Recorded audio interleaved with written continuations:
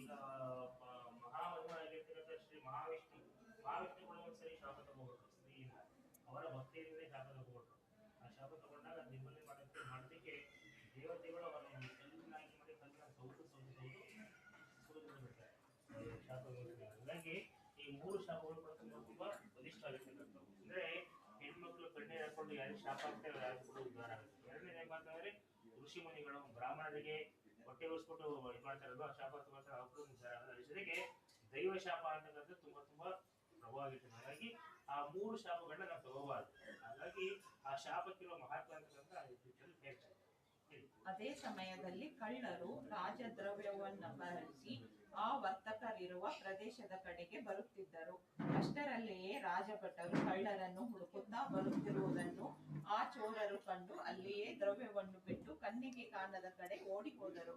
ಆಗ ರಾಜಭಟರು ಆ ವರ್ತಕರ ಬಳಿಗೆ ಬಂದು ಅಲ್ಲಿ ಆ ರಾಜಧನವಿರುವುದನ್ನು ಕಂಡು ಇವರೇ ಚೋರರೆಂದು ಅವರಿರುವರನ್ನು ಹಗ್ಗಗಳಿಂದ ಕಟ್ಟಿ ಕಳ್ಳರು ಸಿಕ್ಕಿದರೆಂಬ ಸಂತೋಷದಿಂದ ಎಳೆಯುತ್ತಾ ರಾಜನ ಸಮೀಪಕ್ಕೆ ಕರೆತಂದು, ಪ್ರಭುವೇ, ದ್ರವ್ಯ ಸಮೇತರಾದ ಇಬ್ಬರು ಕಳ್ಳರನ್ನು ಬಂಧಿಸುತ್ತಿರುವೆ, ವಿಚಾರಿಸಿ ಶಿಕ್ಷೆಯನ್ನು ಅಪ್ಪನೇ ಕೊಡಿಸಬೇಕೆಂಬುದಾಗಿ ಹೇಳಲು, ಬಳಿಕ ವರ್ತಕರಿರುವರು ವಿಚಾರಣೆ ಇಲ್ಲ.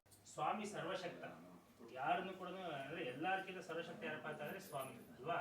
ಯಾರಪ್ಪ ಅಂದ್ರೆ ಮಹಾವಿಷ್ಣು ಇರ್ಬೋದು, ಸತ್ಯನಾರಾಯಣ ಸ್ವಾಮಿ ಕೂಡ ಅವ್ರ ರೂಪದೇ ಇರುತ್ತೆ, ಸರ್ವಶಕ್ತ ಸ್ವಾಮಿನೇ. ಹಾಗಾಗಿ ಅವರು ಏನ್ ಬೇಕಾದ್ರೂ ಕೂಡ ಮಾಡ್ತಾರೆ. ಅವರು ಸೂತ್ರಧಾರಿಗಳು, ನಾವು ಪಾತ್ರಧಾರಿಗಳು ಅಷ್ಟೇ.